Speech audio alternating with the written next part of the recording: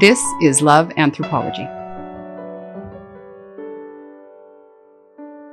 Good afternoon and welcome to Love Anthropology. Our guest this afternoon is Kyla Knight. I'm Gay Dirk and my partner in crime, Gino Silva Fox. I'm really excited to have Kyla here today. This young lady has completely transformed her life, both physically, mentally, and spiritually over the last few years. And I followed her on a lot of social media, so it's something that really interested me immensely. So Kyla, can you just give us a little bit more information about yourself? Thanks, Gay. I guess starting at the beginning, I would go back a few years to a point where I was at a real crossroads in my life and in my relationship. And through a lot of lived experiences, decided that it was time for a change. And have now been running coaching for a few years, health and wellness. And I'm in the end stages of my facilitator training for MBSR, which is mindfulness-based stress reduction. And just last year, started a new company, which I very lovingly called Holistics Health. That's really critical at this time. You know, with everything that's going on with COVID, relationships, divorces up 30%. It already was high, 50% in Alberta, 55%. Through the states and stuff like that. And up, they're saying 30%. That's huge. When everybody's together for long periods of time and there's so much stress about finances and everything else. I mean, what you're going into, the coaching, is critical for a lot of us. So can you tell us a little bit about your relationship and, how you got involved in that relationship? And actually, I'm quite interested in everything you're doing with coaching, like the spiritual end of your relationship, the relationship itself, how you communicate, those kind of things. I think that's really important right now. Mm-hmm. Absolutely. I agree. It is monumental, and I think it creates longevity in a relationship. Communication, spirituality, absolutely everything you mentioned. My own relationship is the most wonderful thing I've ever experienced in my life. And that is post-trauma from a different relationship. So we could talk about both sides of it very openly. I came to a pivot point where after some pretty serious traumas, I realized that I was not living to the best of my capacity. My intuition was off. I knew something was wrong here. And then the bomb hit. And my hunch became very real, very, very quickly. But on the one side, we can talk about self-love, your own relationship, your own intuition and self-care and taking care of yourself in a relationship and what you need to do. And then we can also discuss my current relationship and where I am now after having done a lot of healing. I think I'd like to talk about your self-care first of all, simply because I followed you on social media the last while and I've seen a huge transformation with you. Like, it's really been noticeable. Right. Massive transformation. And of course, everybody witnesses the physical transformation first, which was huge. And I would say that was multifaceted in that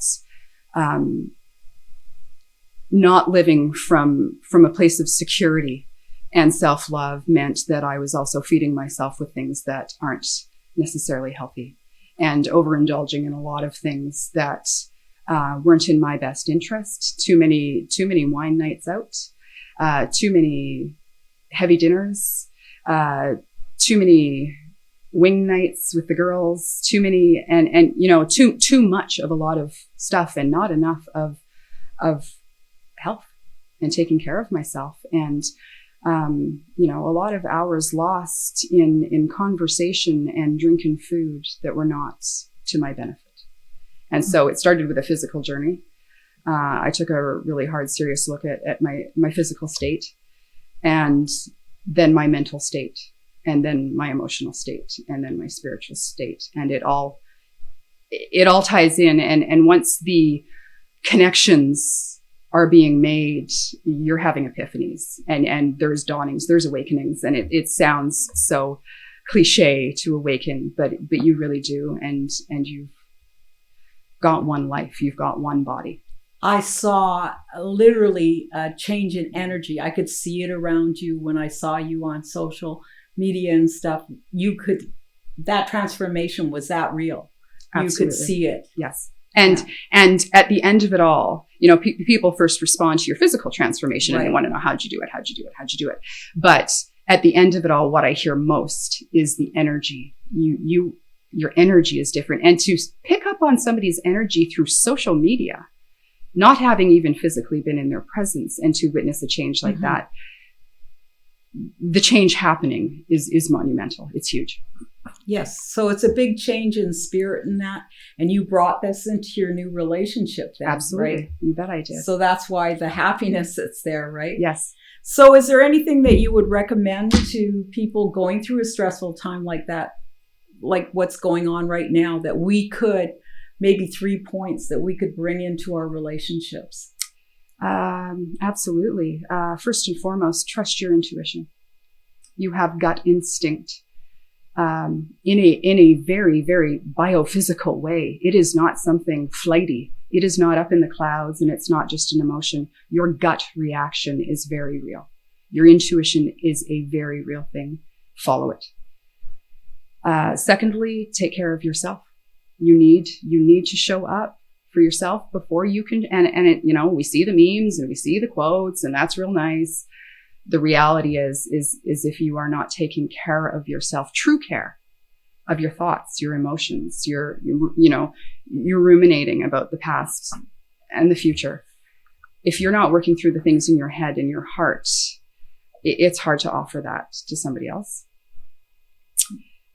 Now, you also said you're a blended family, and that's so common now. And how do you make that work and have happiness? You've got children on both sides, and how Absolutely. do you balance that? Yes.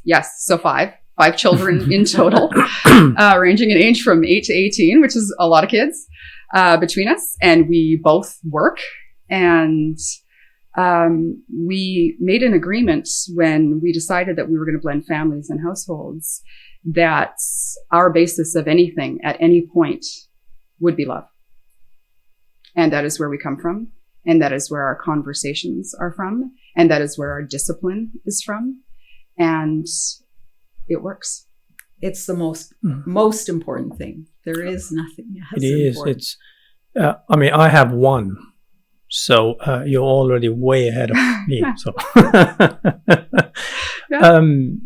you mentioned your physical change and that led you. What was it that pushed you? Because you said, for those listening, follow your intuition, follow your guts. But when you're in the thick of it, even though you get intuition and all that, and I'm sure you've experienced that, it's hard for people to follow that. Absolutely. And what was your, for lack of a better term, breaking point? What pushed you to go, I need to make a change? And was the change, I'm going to physically change myself, or was it emotional? Was it more from negative self-talk to positive self-talk? Right. And that led to your physical transformation? Right. Well, the catalyst for change was outside of my own choice. It was scenarios that played out in my relationship at that point that were brought to light, that were unignorable. These are things you can't move past. Right. And so working through that, I'm sure I went through textbook stages of grief and loss. At the end of it all, you get to a very real state of your own inclusion and choice in your life. Yeah. And how you got here. And then you have a really good hard look at yourself. And from there, if there is even an ounce of self-love, and you are interested in taking care of yourself, you will investigate it. Right.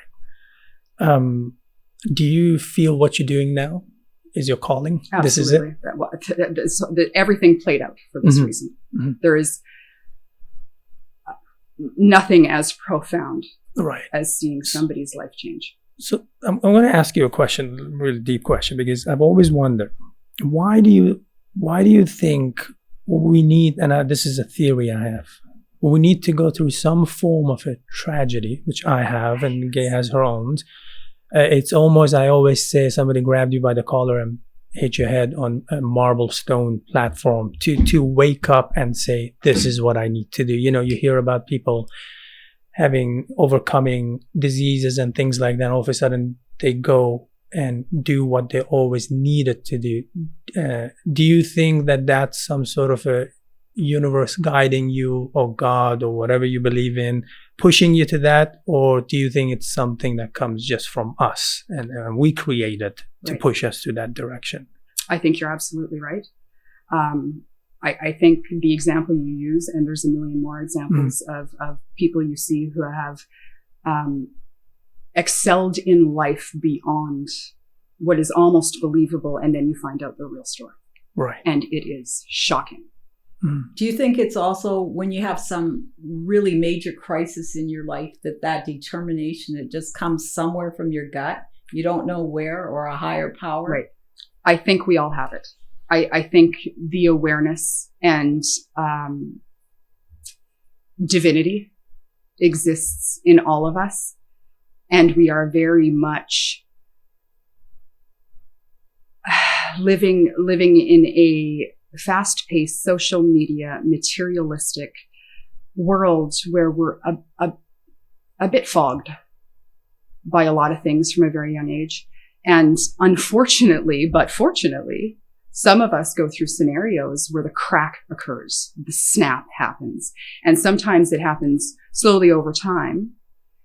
And people endure, great losses and hit rock bottoms. And then other times the snap occurs in a moment and your life changes. And that doesn't mean everybody responds in the same way. I don't know why. I don't know why the universe offers some of us that snap. Right. And it's up to us to either take it or leave it. Exactly. And I always say, if you come to a point where you're not getting any more lessons, that means it's given up on you, and that's the worst place to be, because everything's just going like this. Right. And so, question occurred to me earlier. When you said listen to your gut and move on, for people listening that are in relationships, that are going through different sort of abuse and unhappiness, and they get these gut feelings, but they're not able to move on. We hear it all the time. Mm-hmm. What sort of advice would you have for them? Like what do you do to take that step and make it okay and safe to say, I want to walk away from this relationship because it's not for me, for whatever reason? Right. Yeah. First and foremost, have the hard conversation with yourself. Sit yourself down and say, how do you want to live the rest of your life? Is this going how you thought it was going to go? Do you actually feel good? Deep in your stomach, do you feel good about how this is going? Right. And then secondly, if there's a partner involved, and whether that's going to come to an end or you have intent of it continuing, have that hard conversation with them too. Vulnerability is what makes us human. Mm-hmm. Mm-hmm. And we can't gloss over these relationships with ourselves or with our significant others. Why? We're not really living in it then. Right. We're glossy. When you have a huge hurdle, like a crisis in a relationship like you've done, and it's terminated or gone sideways, how long did it take you after to open up to love again? You were saying it's quite a while for you. Yeah. Years. And what was the most significant thing about your new partner that made you, open up that way? Once again, something beyond what we can say we choose to do, or an action we take, that natural divinity that exists. My gut, my soul recognized a good human being, and I knew it, and I could trust it at this point. I like that. Your soul recognized. I believe in that. Yeah. something inside you that says, this is it. This Yeah. is it. Yeah. You can trust him. But, okay. What is love to you? I know it's a tough question. Good question. But what does love mean to you? Sort of, is it one of those things where you see someone and you say, I love you? Or is it one of those things where in time you learn to love the person? Or are they a reflection of you? You work you interact with them and you learn something and it teaches you, and you go back and you interact with them. And that interaction is what creates and gives us a meaning to who we are, Right. and we learn more of it. What would love mean or be for you? I would say, after all the experiences I've had, love is our full capacity for living this life with integrity and intuition and vulnerability. Mm-hmm. Very good. Gay throttle. agrees. All the Nails way. it. Nails it. Yeah. Definitely. Yeah. Another thing I want to ask, because of what we're going through right now, and you're talking about you brought two families together and you amalgamated them. How do you deal with the differences, like one parent versus the other parent, and each has their own children? Of course, we have respectful boundaries of how we raised our children before we met each other and how we plan to raise them collectively. We know when to step back and allow the other parent to step forward. And I think our children sense that we haven't had a "you're not my mom" or "you're not my dad" moment. It hasn't happened yet. And I think our intent to come at this from a place of love, they know, they feel it too. They sense it. There's nothing to fight. There's nothing to be up against. Everybody has your best interest at heart. That doesn't mean anybody's perfect. They're not afraid. But we're not here. Words, yeah. We're not here to put on airs or gloss anything over. Let's everybody come at this. And we've made that very clear, and it's worked so far. Very. How long have you been in this relationship? 2 years. 2 years. Perfect. And do you guys share moments of discipline with the kids, or do you just talk to your own kids and then he talks to her, or is there a balance between? There's definitely a balance. Our kids are aware of our house rules, right? I mean, every house is going to have rules, and we live a certain way. And like I said, we both work. So, and even coming from different households, the balance might be different. Where in this household, there's a working mom and potentially there wasn't in the other, or in their new household, my partner is around more than the other partner would be. And so I think they sense the balance. They understand the rules. They also know that nobody is going to back out or let them down. And that is across the board for everybody. Yeah. Security. There is ample security surrounding them. And that goes from 8-year-old security in knowing that, she's got the cute lunches, to 18-year-old security in knowing that you make that phone call at 11 p.m. if anybody's been drinking in your party, sort of thing, right? And security, by the way, is because we talk about insecurities, and everything comes from insecurity when you're growing up, and that's, I guess, the biggest gift we can give our kids is gift of security and love. There's a lot of people right now, myself included, and the school systems in the United States and Canada is like, okay, this is what we're going to do. You have a choice of doing it online at home or going back to school. How have your kids, like your 8-year-old daughter, dealt? Is that something that you guys talked about, or sort of left it to her to choose? No, we chose to put them all back into school. I think that social interaction is incredibly important. And my heart goes out to these kids because they are not having the same social experience we have. And so all of our kids being in different grades and, from elementary to high school, I feel really bad for them that they're not getting this experience. Yeah. And so ultimately we took the risk in sending them back, but I think their experience and their social interaction is really important too. Mm-hmm. You know, in what's going on, we have to assess our mental well-being in Mm-hmm. this, and to keep them in the house didn't feel right to us. No, Right. and I think it makes them stronger as well, Mhm. because over their life, we can't protect them from everything. No. They're going to have to deal with things. And the safety concerns with COVID, I think it's important for the children to Yeah. learn, Right. you know, that we're drawing this line in the sand. You have to wear your mask. Yes. You have to stay. Yes. Yeah. Exactly. You know. Exactly. Yeah, I don't think there's a wrong or right in this case. I like hearing everybody's experience, but because it's uncharted territory for all of us. Absolutely. We never saw this. I mean, even in war, you know what's coming. Mhm. You know, in a way, Mhm. you ration food. You know things that are going to happen because we've experienced it. But this, we've New territory. new territory. We Yeah. haven't experienced Yeah. it. So And- now, And I really feel bad for them when it comes to the loss of parts of their childhood, right? They can't get it back. Mhm. These are years potentially that last year, Mhm. they were only in school for a few months. So, you know, I only Yeah. had one high school experience and I remember it well, and it was a pretty big deal. Yeah. And yeah. As a health and wellness coach, because what COVID's done in a sense is it put couples back into a cage. It doesn't have to be. Mhm. And because some of them are looking for jobs, don't have jobs, or work from home for whatever reason. And now there's no escape from each other. Right.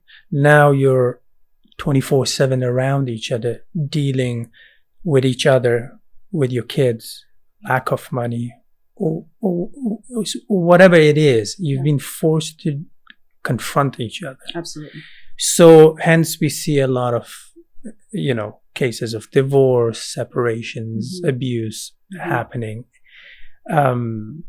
Do you have any advice to give to people listening out there how to deal with things like that? Absolutely.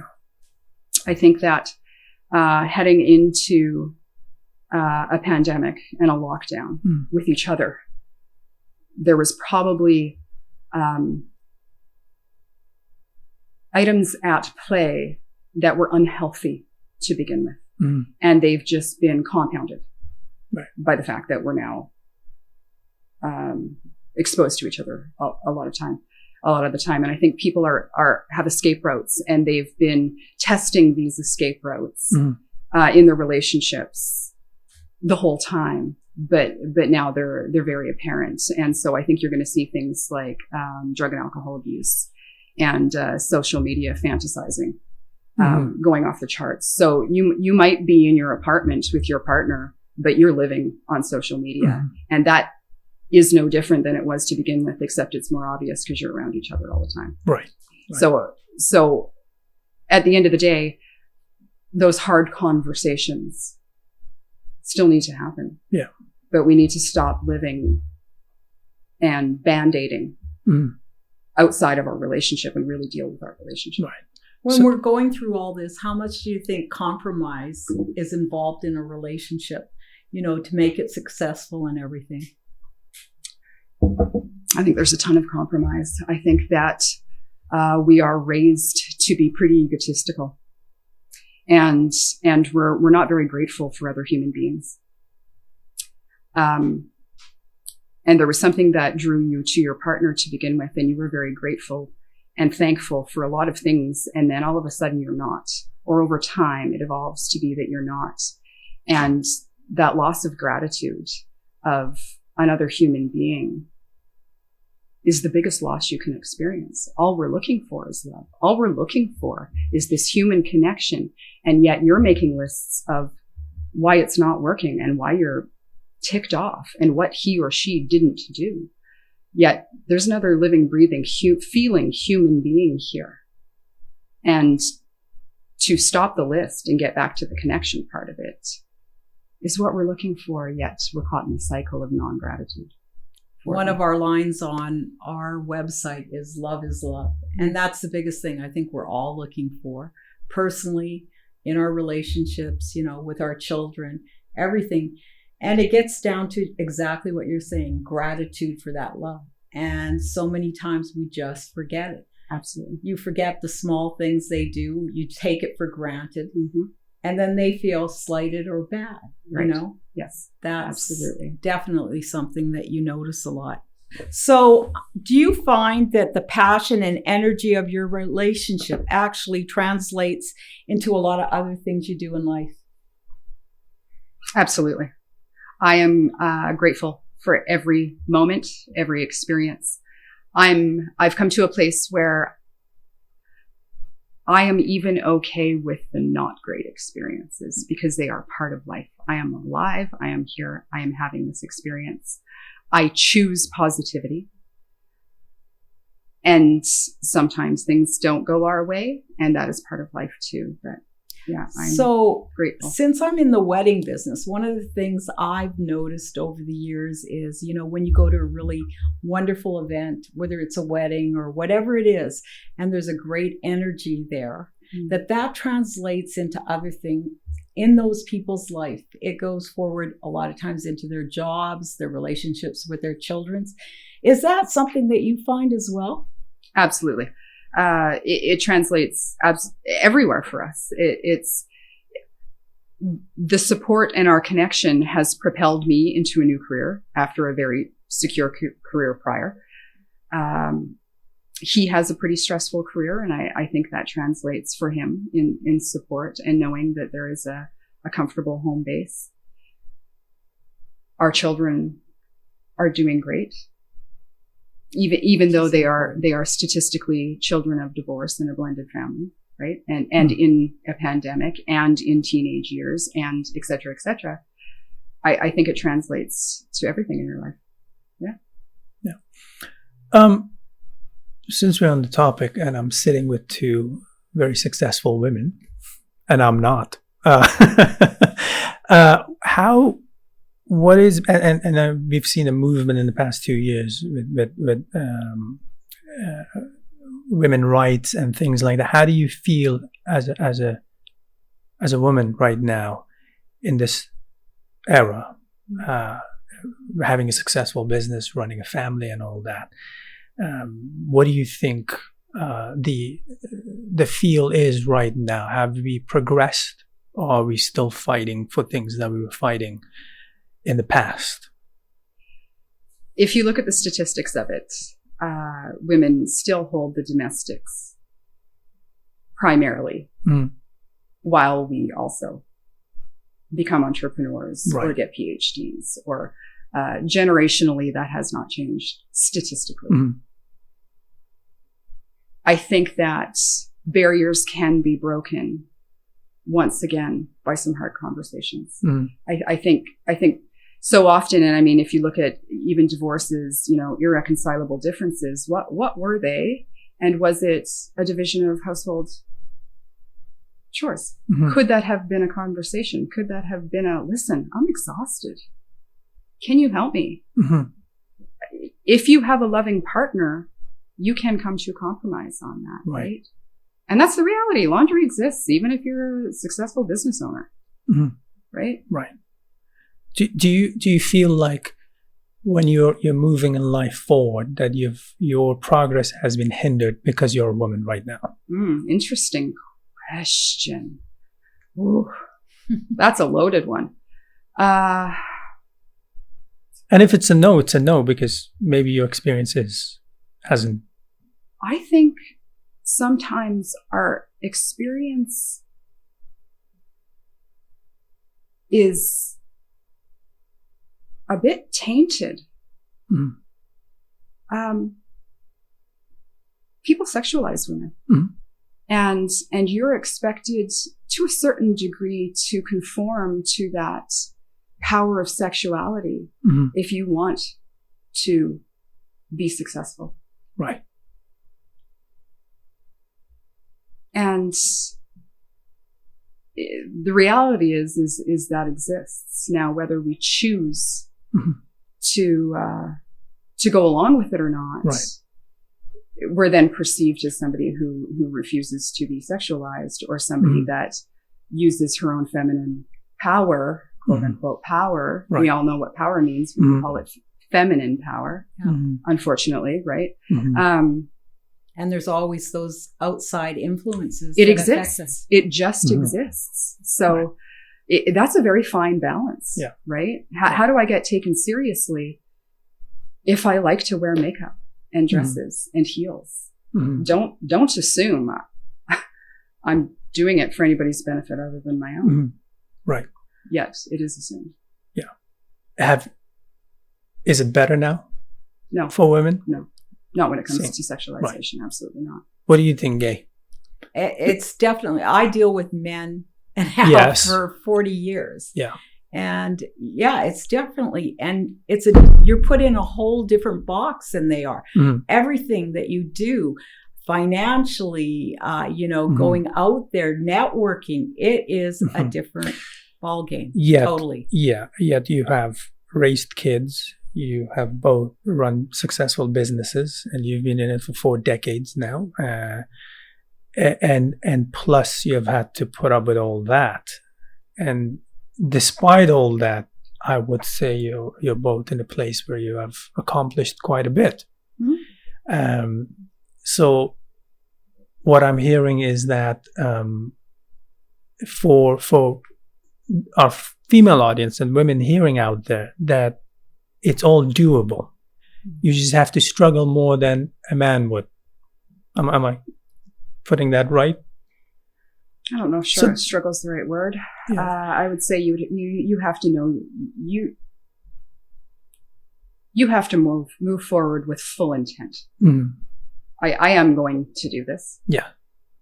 And there are some other challenges or obstacles that get thrown in your way that if you were a gentleman, you would not have that.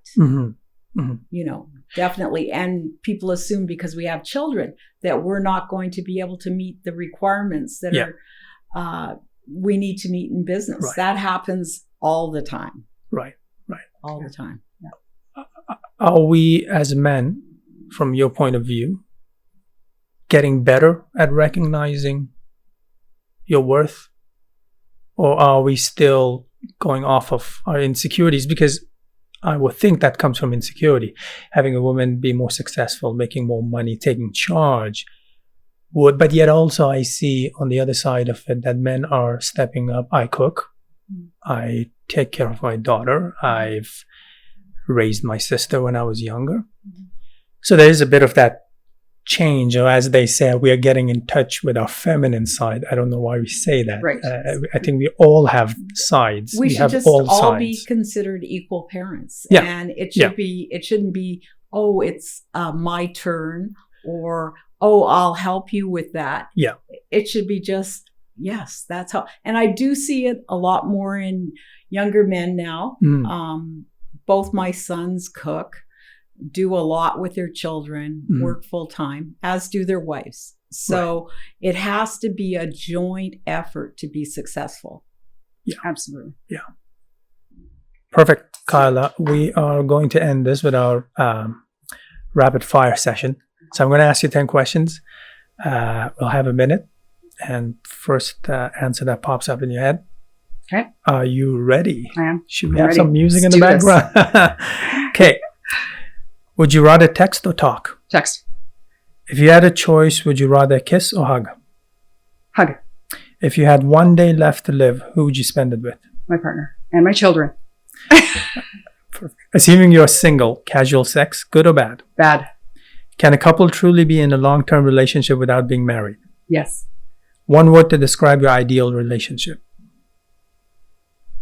Truth. What's more important to you? That your partner has similar values or interests? Values. Would you rather be unable to lie or unable to speak? Unable to speak. One word to describe your ideal partner.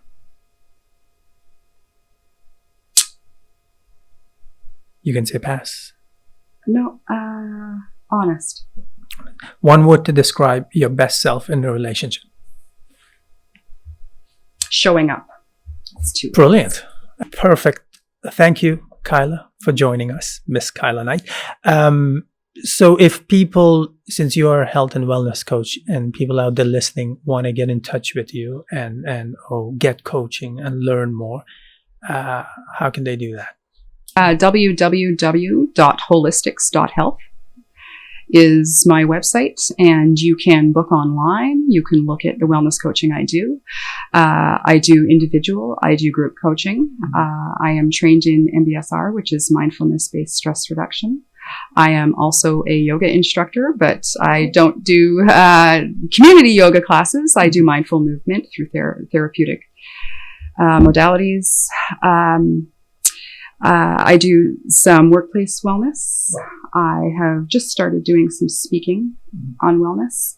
And I think integrative medicine is the next step for us. I believe that people are going to start taking care of themselves, mind and body. So Kyla, in this time of stress, can you just give us 3 things that you think somebody that's in a lot of physical or mental stress, 3 things that they should do to maybe hang on or whatever? Because a lot of people, it is that critical. Absolutely, it is critical. And I'm glad you said physical and mental, because at the end of the day, the reality is they are grouped together in how we react to stress, whether it is physical pain or mental pain or acute stress, long term. The first and foremost, number 1 would be give yourself 10 minutes a day in silence, quiet, just sitting, being, not thinking about what you need to do, not thinking about your lists, not thinking about yesterday or your next appointment. 10 minutes of actually just being and breathing. Life-changing. Number 2 is drink water. And a lot of it. It is our lifeblood. We are meant to consume a lot of water, and it will change you. It will change your mood. It will change how you function, how your body feels. It will change how your skin looks. It will change almost everything about you, if you give it a little bit of time and keep those hydration levels up. And number 3 is have some real conversations with yourself and with others. Thank you very much, Kyla, for sharing. We enjoyed it. Absolutely. Thank you for having me. A lot to learn. Thank you.